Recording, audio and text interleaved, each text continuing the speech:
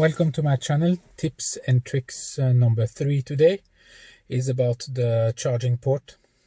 What happens if you cannot open it?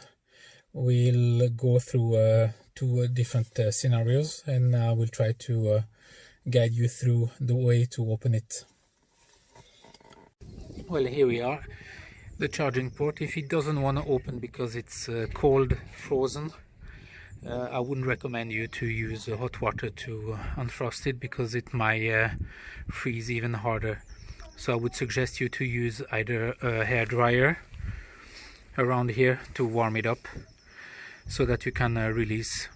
But in normal condition, if it doesn't want to release at all, first of all you have to check that the car is open. If the car is closed, it won't open, and in the worst case you have to use the handle here. You see by the battery side you have a handle here. If you pull on that one, you hear a little click, and it means that it's unlocked, so that you can open it afterwards.